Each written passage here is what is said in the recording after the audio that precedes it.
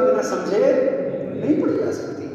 وہ بھی اس لیے کہ آپ کو کچھ اس میں آفر نظر آ رہا ہے, کچھ ملنے والا ہے, اسکیم پتہ چل چکی ہے آپ کو, یہ سورہ پڑھیں گے تو یہ ہوگا, یہ سورہ پڑھیں گے تو یہ فائدے ہیں.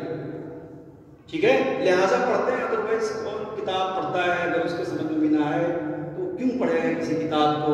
کتاب سے اٹیچمنٹ کے لیے, کچھ بھی لٹریچر پڑھنے کے لیے اس سے جڑاؤ پیدا ہونا, اس سے لگاؤ پیدا ہونا بہت ضروری ہے, بغیر اس کے انسان نہیں پڑھ سکتا ہے. تو خلاصہ یہ کہ تفسیر اور مفہوم اور مطلب کیا ہے بہت دور کی بات ہے. ہم اسی پر قانے ہیں اور اسی پہ اکتفا کیے ہوئے ہیں کہ ہم نے اس کی تلاوت کی اور تلاوت ہم کر لیتے ہیں. وہ بھی ہمیشہ نہیں, روٹین ورک نہیں ہے ہمارا. یہ رمضان میں ایک نشست میں ایک پارے کی نیت کر کے بیٹھتے ہیں کم از کم, اور اگر کسی نے ایک بیٹھک میں 2-3 پارے پڑھ لیے تو اس کی زیادہ تعریف ہے کہ صاحب یہ 2-3 پارے پڑھ لیتے ہیں ایک بار میں, اسے بھی کیا ہے نا. جبکہ قرآن بیچارہ جو قرآن پڑھ رہے ہیں جو ہمارے ہاتھ میں, وہ خود ہی چیخ کہہ رہے ہیں افلا یتدبرون القرآن, یہ لوگ قرآن پر غور کیوں نہیں کرتے؟ سیدھا سیدھا سا اعلان ہے قرآن, سیدھا سیدھا سا اعلان ہے, بالکل اسٹریٹ فارورڈ قرآن کی خواہش ہے کہ یہ لوگ جو قرآن پڑھتے ہیں اس پر غور کیوں نہیں کرتے. اب اس سے زیادہ واضح بات نہیں ہو سکتی ہے کوئی. اچھا, جو غور کرتے ہیں ان کو بہت ساری چیزیں واضح ہوتی ہیں. شاید ہوتا ہے انا اعطیناک الکوثر, ہم رسول نے آپ کو کوثر عطا کیا. جیسے ہی معاملہ مفہوم کا شروع ہوتا ہے, جیسے ہی مسئلہ انٹرپریٹیشنز کا شروع ہوتا ہے, تفسیروں کا ڈسپیوٹ وہاں سے شروع ہوتا ہے, ڈسپیوٹ وہاں سے شروع ہوتا ہے. یہ بھی ایک ستم بالائے ستم ہے کہ کلام اس کا ہے, تفسیریں ہماری ہیں. ہم یعنی انسانیت طے کرتے ہیں کہ اس کا مطلب کیا ہے. ٹھیک ہے, کہ جو قرآن کی زبان ہے وہ خود سمجھانے کے لیے کافی ہے. اے میرے عزیزوں, میرے جوانوں, بہت ساری چیزوں کا اسلام کے تعلق سے ہیوک کریٹ کیا گیا ہے. ایک عجیب غریب قسم کی وبا, ایسا خوف سا طاری کیا گیا ہے. شکر مت پڑو, تمہاری سمجھ میں نہیں آئے گا. سنا ہے کہ آپ نے یہ تم زیادہ دماغ مت لگاؤ اس میں, تمہاری عقل اتنی سی. یہ سیرت اللہ کا کلام بھائی, سوال یہ ہے کہ اگر یہ پتھروں اور دیوی دیوتاؤں اور جانوروں کو اور درختوں کے لیے نازل ہوا تھا, یہ ہمارے لیے نازل ہوا, یہ ہماری زندگی سنوارنے کے لیے نازل ہوا. اور جب نازل ہوا تو اس پہ اللہ نے ارشاد فرمایا لقد یسرنا القرآن, ہم نے قرآن کو آسان بنا دیا ہے تمہارے لیے. کیوں کیا گیا یہ سب کچھ؟ یعنی جس کا کلام ہے وہ یہ کہتا ہے کہ ہم نے اسے آسان بنایا ہے. جی, مگر یہاں کیا مشہور ہو گیا ہے, زیادہ چکر مت, زیادہ سوال مت پوچھو اور زیادہ سمجھنے کے چکر میں نہ رہو. ارے بھائی, انسان ہے, روبوٹ نہیں ہے. اس کے پاس عقل ہے, اس کے پاس شعور ہے, یہ ملائکہ سے افضل ہے اپنی تمام تر غلط کاریوں کے باوجود بھی, ہے نا. ہر انسان معصوم نہیں ہے, اتنے سارے الٹے سیدھے کام کرتا ہے, اس کے باوجود بھی خدا کی نظر میں اشرف مخلوقات ہے, سب سے افضل ہے. کیوں؟ کیونکہ اس کے پاس دماغ نام کی چیز ہے. آپ اس سے اس کے استعمال کا لائسنس چھینے لگے. سمجھنا نہیں, دماغ مت لگانا کچھ بھی. دماغ نہ لگانے کا نتیجہ یہ ہوا کہ یہ تفسیر ہوئی کہ رسول ہم نے آپ کو کوثر عطا کیا. سر مارتے رسول نے آپ کو کوثر عطا کیا ہے, کوثر عطا کیا. اچھا, اگر ہم ایک لمحے کے لیے مان لیں ہم چھوٹے ہیں, چھوٹے بھائی ہیں, ہم تسلیم کر لیتے ہیں, آپ بڑے ہیں, بزرگ احترام ہے, یہی ہے, ٹھیک ہے, بہتر ہے. رسول کو کوثر عطا ہوا, مسلمان جب دنیا کی زندگی ختم کر کے وہاں پہنچے تو کوثر پہ قبضہ کسی اور کا. یہ والا کلیم جسٹیفائڈ نہیں ہے, یہ تو کسی اور کے ہاتھ لگا, کوئی اور وہاں اس پہ قابض ہے, کوئی اور اس پہ مالک و مختار ہے, تقسیم کر رہا ہے. رسول پاس تو نہیں ہے. اصل مان لو کوئی بات نہیں، وہ ایک ہی بات ہے، ایک ہی بات ہے، نبی کے پاس ہے یا علی کے پاس ہے، کوئی مسئلہ نہیں، ٹھیک ہے؟ ہم اس کے لیے بھی تیار ہیں، ہم تو بڑے اداروادی قسم کے لوگ ہیں، ہم اس کے لیے تیار ہیں، ٹھیک ہے، ایک ہی بات ہے۔ تو سوال یہ ہے کہ یا رسول اللہ، اللہ نے آپ کو نبوت دی، رسالت دی، عصمت دی، معجزے دیے، قرآن دیا، علی سے داماد دیا، حسنین سے نواسے دیے، فاطمہ سے بیٹی عنایت کی، یہ سب کچھ اللہ نے آپ کو دیا۔ ظاہر ہے کہ الگ الگ نعمتوں کی امپورٹنس کے اکارڈنگ اس کا تذکرہ ہونا چاہیے تھا۔ آج میں نے آپ کو عصمت دی، آج نبوت دی، آج رسالت دی، آج یہ دیا، آج وہ دیا، یہ اتنی امپورٹنٹ چیز دے رہا ہوں کہ اس کے بدلے میں نقد بالکل فوراً ایک ڈیمانڈ بھی ہے۔ یہ جو آپ کو دے رہا ہوں یہ اور چیزوں کی طرح نہیں ہے جسے میں دے دوں اور آپ لے لیں، زمانے کو خبر بھی نہ ہو۔ یہ کچھ خاص ہے، یہ اتنا خاص ہے کہ اس کے عطا کرنے کے فوراً بعد بلا فاصلہ میں زور دے رہا ہوں، بلا فاصلہ بلا فصل طریقے سے ارشاد ہوتا ہے فصل لربک وانحر۔ اے رسول، ہم نے آپ کو یہ چیز جو کوثر نام کی ہے یہ ہم نے آپ کو دی، مگر اس کے فوراً بعد آپ سے مطالبہ یہ ہے کہ آپ نماز پڑھیے، آپ قربانی دیجیے۔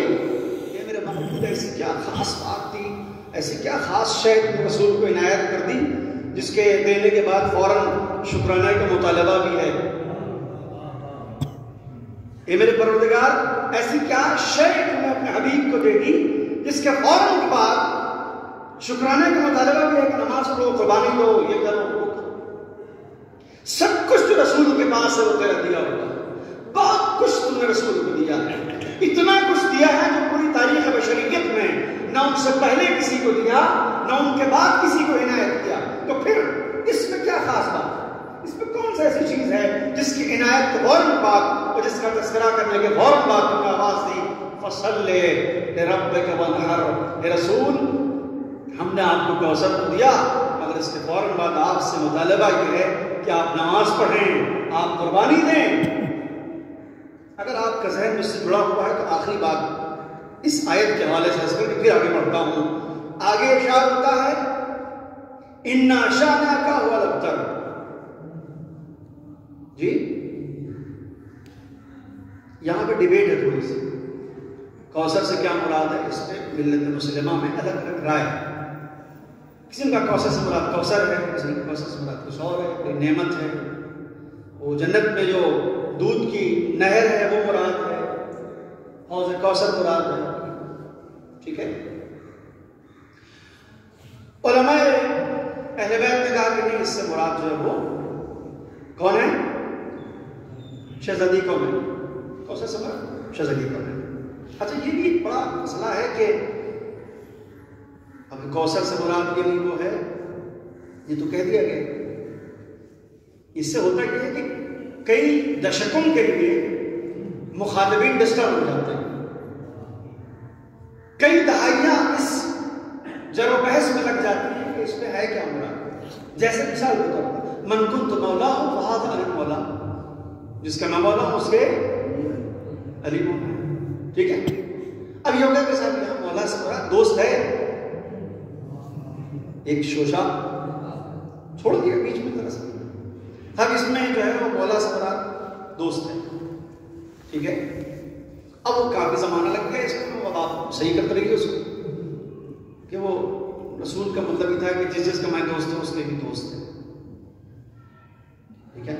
اب بات بتائی ہوا کہ نہیں صاحب یہ مولا کا روٹ جو ہے وہ ولی ہے، اور ولی کے معنی گارجن کے ہوتے ہیں، سرپرست کے ہوتے ہیں، پیشوا کے ہوتے ہیں، ہے نا، بڑے کے ہوتے ہیں۔ چنانچہ جو اس میں لفظ مولا کا مفہوم ہے وہی مفہوم پیغمبر نے اپنے استعمال کیا ہے۔ جب تک آپ اسے دنیا میں عام کر پائیں، کافی بھولے بھالے قسم کے ذہن جو ہے ہر حال گمراہ نہ کہوں گا تو بہت تھوڑا ڈسٹرب تو ہو ہی جاتے ہیں، عام قسم کے ذہن جو ہوتے ہیں تھوڑی دیر میں ڈسٹرب ہو جاتے ہیں۔ یہ سب کیا وہی واقعہ ہے اس کے ساتھ ہوا۔ کوثر سے مراد تو صاحب جو ہے حوض کوثر ہے۔ 3 آیتیں میرے عزیز دوستوں، میں سمپ کر رہا ہوں اپنی بات کو اس منزل پر۔ ہم نے آپ کو کوثر عطا کیا، بس آپ نماز پڑھیے اور قربانی دیجیے۔ تیسری آیت یہ ہے کہ آپ کا دشمن جو ہے بے شک کیا ہے؟ مقتول نسل ہے۔ اگر ایک بار کو ہم مان لیں کہ پہلی آیت میں تذکرہ کوثر کا ہے، دوسری آیت میں تذکرہ شکرانے کے مطالبے کا ہے، اور تیسری آیت میں مطالبہ دشمنوں کے مقتول نسل ہونے کا ہے، سننے میں کیا عرض کر رہا ہوں؟ تیسری آیت میں کیا بات ہے؟ تیسری آیت میں کیا بات ہے؟ دشمنوں کے مقتول نسل ہونے کا تذکرہ ہے۔ اچھا اب آپ ذرا ٹھہر کے سوچئے، یہ جو سورہ ہے یہ سورہ بقرہ نہیں ہے تفصیلی قسم کا جس میں بہت سارے موضوعات ہیں، یہ 3 آیتوں پر مشتمل بہت مختصر سا سورہ ہے، قرآن کریم کا ایک کمپلیٹ چیپٹر ہے۔ یہ مانتے ہیں قرآن کریم کا کمپلیٹ چیپٹر ہے، مکمل سورہ ہے، ایک پورا باب، ایک پورا چیپٹر، ایک پوری فصل تمام ہے اس کے اوپر، یہاں سے شروع ہے یہاں ختم، 3 آیتوں پر پوری بات ہے، یعنی ایک پوری بات ہے جو ان 3 آیتوں میں سورے میں کہی گئی ہے۔ یاد رکھیے گا، ہم جیسے تھوڑا شعبد کرنے والے لوگ بھی اگر کسی انسان سے کسی ایک ٹاپک پر بات کریں تو 3 جملوں میں تیسرا جملہ آؤٹ آف کنٹیکسٹ نہیں ہوتا ہے۔ سمجھ رہے ہیں آپ میں کیا عرض کر رہا ہوں؟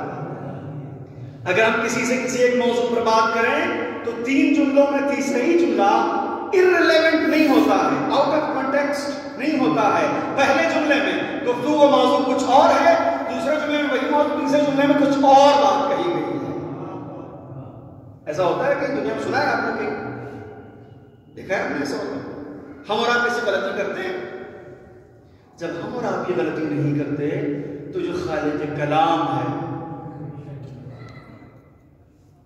جو خالق کلام ہے، اس سے ہم توقع کیسے کر سکتے ہیں کہ وہ 2 فقرے ایک سورے، مختصر ترین سورے کے جو کمپلیٹ چیپٹر ہے اس کے 2 فقرے ایک چیز کے بارے میں کہے اور تیسرا فقرہ آؤٹ آف کنٹیکسٹ ہو، تیسرا جملہ اس سندرب میں نہ ہو؟ ایسا ممکن؟ اس سے زیادہ سمپلیفائی نہیں کر سکتا۔ ایک ٹاپک پر 3 جملے میں کہی گئی پوری بات ہے، پورا چیپٹر ہے، اس میں 2 جملے کسی چیز کے بارے میں ہو اور تیسرا جملہ اسی چیپٹر کا بالکل دوسرے سندرب میں ہو۔ ایسا ہو سکتا ہے؟ دوسرے تناظر میں ہو، کانٹیکسٹ ہی دوسرا ہو اس کا، یہ ہو سکتا ہے؟ یعنی اگر فرض کر لیں ہم اور آپ، اے رسول ہم نے آپ کو کوثر عطا کیا، وہی والا جو عام طور پر کہا جاتا ہے، حوض کوثر عطا کیا، حوض کوثر دے دیا آپ کو ہم نے، اب آپ نماز پڑھیے، قربانی دیجیے، اور آپ کا دشمن مقتول نسل ہے۔ آپ ذرا جوڑ کے دیکھیے، کوئی سمجھ میں آ رہا ہے میں کیا عرض کر رہا ہوں آپ کی خدمت میں؟ کوئی سمجھ میں آ رہا ہے؟ ایک کمپلیٹ چیپٹر ہے، ایک مکمل سورہ ہے، اس میں پہلے 2 جملے ایک خاص موضوع پر ہوں اور تیسرا جملہ بالکل آؤٹ آف کانٹیکسٹ ہو، کسی تیسری چیز کے بارے میں۔ آپ جمع کرتے رہیے، جوڑتے رہیے، سمجھتے رہیے کہ پہلی آیت جو ہے وہ حوض کوثر کے بارے میں ہے، اور حوض کوثر اتنا امپورٹنٹ ہے اللہ میاں کے لیے کہ رسول صلی اللہ علیہ وسلم نے شکرانے کا مطالبہ کر لیا، نماز پڑھیے، قربانی دیجیے، ہم نے آپ کو یہ دیا ہے، اور بے شک آپ کا دشمن مقتول نسل ہے۔ یعنی خدا کی قسم اگر ایسا ہوتا تو خود حضور بھی کچھ دیر سوچتے کہ تیسری والی آیت کا سرا کہاں ہے، یہ کدھر جا رہی ہے، کیا بات اس میں کہی جا رہی ہے؟ شاید حضور بھی سوچتے یقیناً، مگر حضور اس لیے نہیں سوچیں گے کہ حضور جو ہے وہ اسی مکتب اور اسی وادی سے پروان چڑھے ہیں اور وہیں سے انہوں نے تعلیم حاصل کی ہے، دنیا میں کسی کے آگے ذہن و ادب تک نہیں کیا۔ آپ کو براہ راست خدا نے علم دے کے بھیجا، تو وہاں تو امکان ہی نہیں ہے۔ لہذا اے میرے عزیزوں، یہ کوشش تو اپنی بھر کر لی گئی، مگر بہرحال یاد رہے کہ عقلی طور پر میں بہت نریشنز اور روایات کے بوتے پر اگر اس کو واضح کرنا چاہوں تو اس میں ایک راہ فرار یہ ہوتا ہے کہ یہ روایت ہمارے یہاں معتبر نہیں ہے۔ ایک جو گلیارہ ہے بھاگنے کا اس میں وہ یہ ہے کہ یہ ہمارے یہاں معتبر نہیں ہے، آتھینٹک نہیں ہے یہ جو آپ نے روایت پڑھی، اس کے سپورٹ میں نے کوئی روایت نہیں پڑھی، میں عقلی بات کر رہا ہوں، ایک کمپلیٹ چیپٹر ہے 3 آیتوں کا، ایک سورہ ہے اس میں 2 آیتوں میں ایک چیز کے بارے میں بات کی گئی ہے، اور تیسرا جو جملہ ہے وہ اس سندرب میں ہی نہیں، اس کانٹیکسٹ میں ہی نہیں، وہ تیسری بات کی جا رہی ہے۔ ایسا ممکن ہے اللہ کیا؟ ہم نے آپ کو کوثر عطا کیا، آپ نماز پڑھے قربانی دیجئے، آپ کے دشمن مقتول نسل ہیں۔ یہ انڈیکیٹ کرتا ہے آیت کا تیسرا فقرہ کہ آیت کے سلسلے کی جو پہلی آیت ہے اس سورے کی اور جو موضوع ہے اس کا تعلق اولاد سے ہے۔ پہلے رسول کو اولاد دی ہے، پھر رسول کے دشمنوں کے بے اولاد ہونے کا اعلان کیا گیا۔ صلوات پڑھ دیں محمد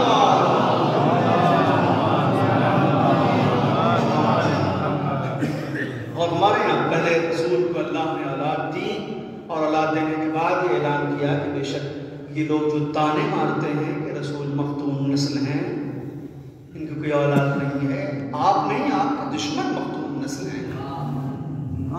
یہ میرے حبیب، آپ مختون نسل نہیں ہیں، آپ کے دشمن مختون نسل ہیں، آپ کے دشمنوں کی نسل منتقل ہونے والی ہے۔ آپ کو تو ہم نے اولاد کثیر عنایت کی ہے، آپ کو تو ہم نے شہزادی فاطمہ جیسی بیٹی عنایت کی ہے۔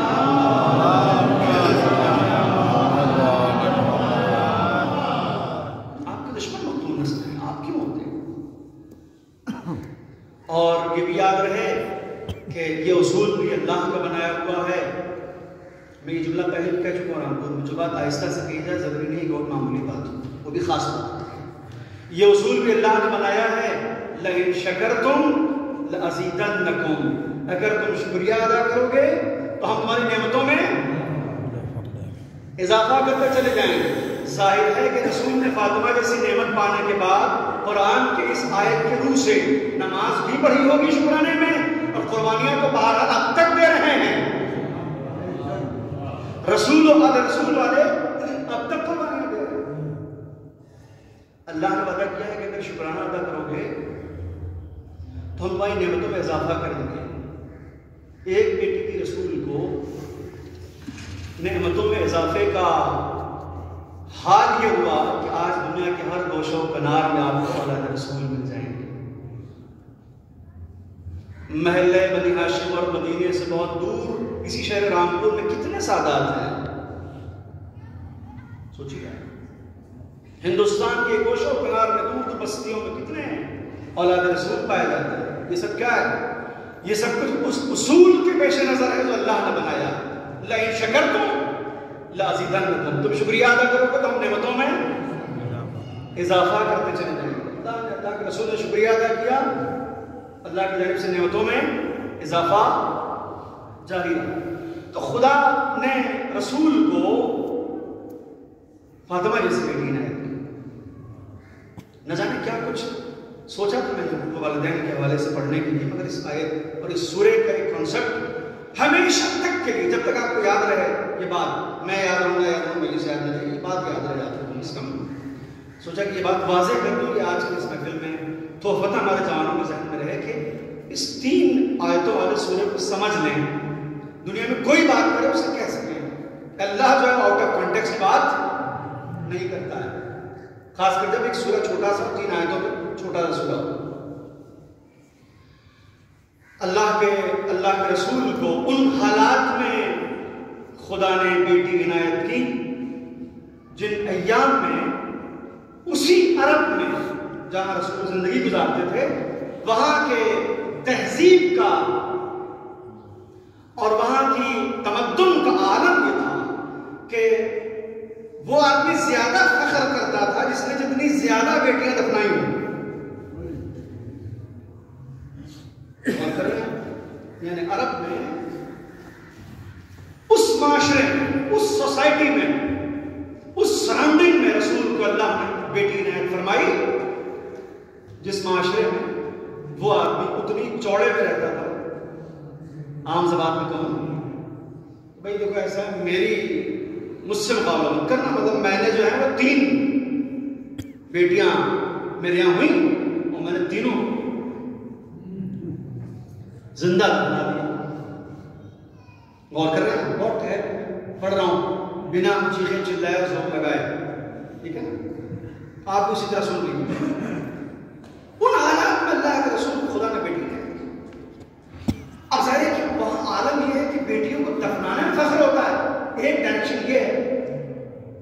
ایک ڈائریکشن یہ، ایک ڈائریکشن میں عزیزوں یہ ہے کہ انہی حالات میں اسی مکے میں رسول اپنی بیٹی کے احترام میں کھڑے ہو رہے ہیں.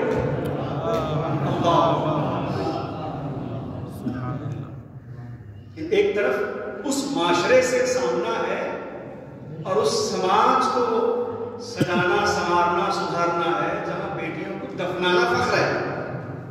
اور کیجیے گا آپ ذرا سا جو اگینسٹ ڈائریکشن کا جو ریشو ہے وہ آپ سمجھیے کہ بہت زیادہ برخلاف چہتے ہیں دونوں کی، دونوں تہذیبوں کی. ایک وہ تہذیب ہے جس کی داغ پہ رسول ڈال رہے ہیں، ہے نا، اس کی داغ پہ جس کی بنیاد رسول ڈال رہے ہیں. ایک وہ تہذیب تھی جہاں بیٹیاں دفنائی جا رہی تھی. یہاں آدمی ہے بیٹی جب آتی ہے رسول احترام میں کھڑے ہو جاتے ہیں. اللہ اکبر. جس رسول کے احترام میں ایک کم 1,24,000 انبیاء کی صفیں کھڑی ہو جائیں، جس رسول کے احترام میں ائمہ، ملائکہ، تمام جن و بشر دست بستہ کھڑے رہیں صرف اس انتظار میں کہ یہاں سے رسول گزرنے والے ہیں. اتنا زیادہ ایکسٹرا آرڈنری احترام ہے رسول کا عالم ملکوت میں. وہ رسول اپنی بیٹی کے احترام میں، یہ محض لاڈ و پیار ہے بیٹی کے تئیں ایک باپ کا. اگر لاڈ و پیار ہے تو پھر رسول کے تمام امتیوں پر فرض ہے کہ وہ اپنی بیٹیوں کا ایسے ہی احترام کریں. میں تھوڑا سا انالیسس کا بڑا قائل ہوں، اس کے بعد ٹھہر کے بیچ میں تھوڑی سی بات کو کھول کے کچھ باتیں اس میں سرچ کرنا چاہتا ہوں. اگر لاڈ و پیار ہے تو پھر سارے امتیوں کا فرض ہے کہ بیٹیوں کو یہ احترام کریں. یہ میں خود ہی شبہ دے رہا ہوں، اس کا جواب بھی دیتا ہوں. لاڈو پیار نہیں ہے محض، یہ لاڈو پیار نہیں ہے. یہ نہ دنیا کے عام باپ ہے نہ ہی دنیا کی عام بیٹی ہے. یاد رکھیے گا، ایک باپ بیٹی کے احترام میں نہیں کھڑا ہو رہا، ایک الہی منصبدار ہے جو دوسرے الہی منصبدار کے احترام میں کھڑا ہے. سلام کرنے محمد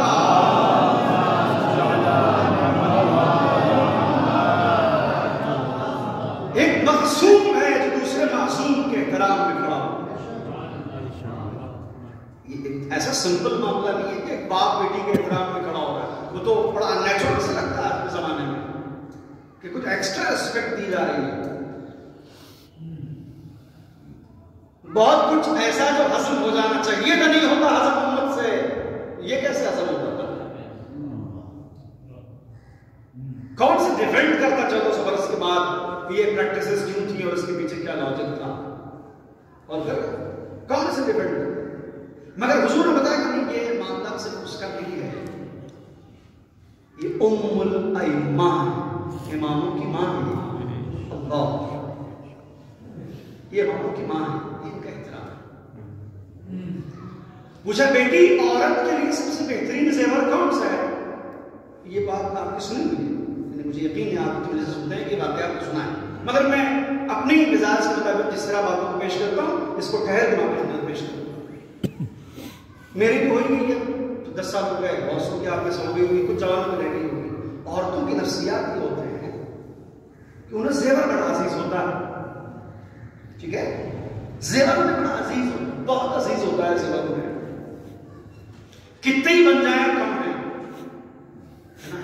اور جتنے بھی ہوں ان میں سے ایک فیوریٹ ہوتا ہے. رسول نے کتنا نفسیاتی سے سوال کیا ہے اپنی بیٹی سے. حضور نے کوئی اشارہ نہیں دیا، حضور نے کوئی مصداق بیان نہیں کیا کہ میرا اشارہ فلاں چیز کی طرف ہے اس کے بارے میں بات کرنے میں. سمپل سا سوال ہے بیٹی سے.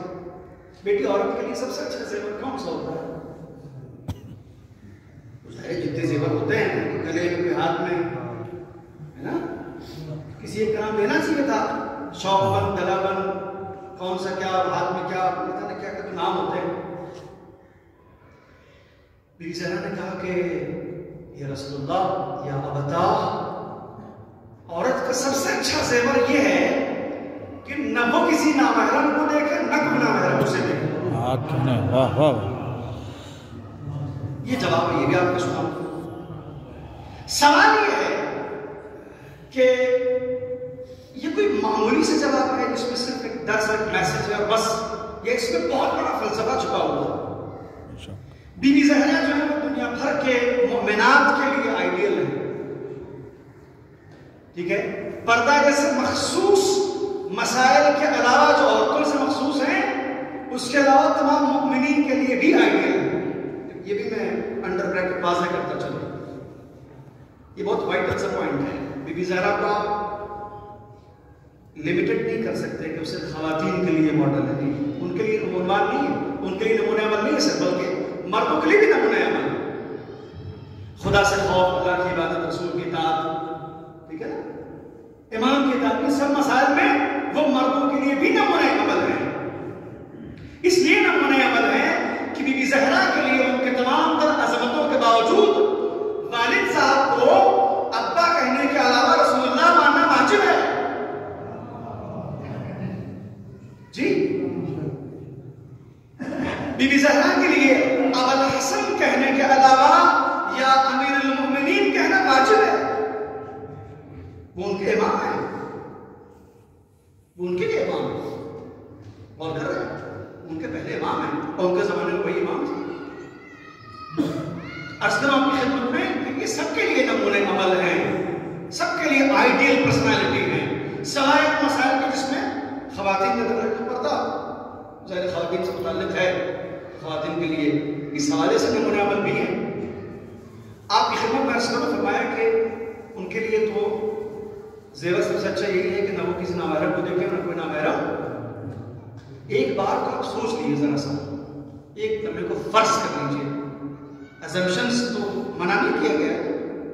اگر بی بی زہرا نے اپنے بابا کے اس سوال کے جواب میں کسی بھی گلے بند، شوق بند، کڑے اور انگوٹھی کسی ایک زیور کا نام لے لیا ہوتا، فرض کیجیے لاکٹ، منگل سوتر، الا بلا، ٹھیک ہے نا، یہ سب سے اچھا ہوتا ہے. عورتوں کا بابا سب سے اچھا زیور جو ہے وہ گلے کا ہار ہوتا ہے مثلا. اب ظاہر بی بی زہرا ہے پوری کائنات کی قیامت تک کی مومنات کے لیے نمونہ عمل. اور ظاہر مومنات میں سب کے حالات نہیں ہوتے ہیں کہ ہر ایک سمجھ گئے کیا عرض کر رہا ہوں، زیور خرید سکے.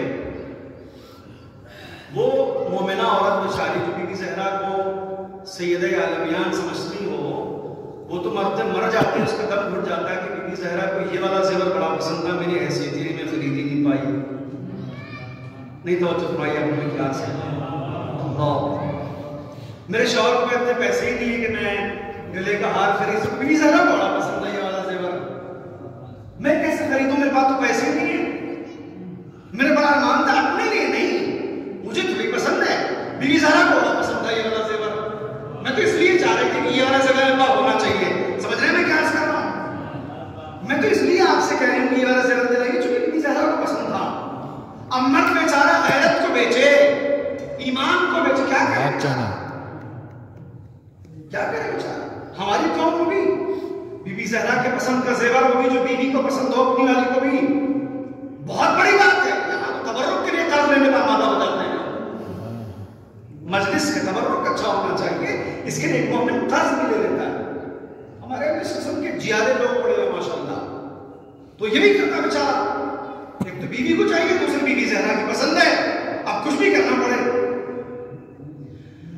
نبی کی بیٹی نے آواز دی کہ میں کسی ایسے زیور کا نام ہی نہیں لوں گی جس کے لیے دولت کی ضرورت ہو.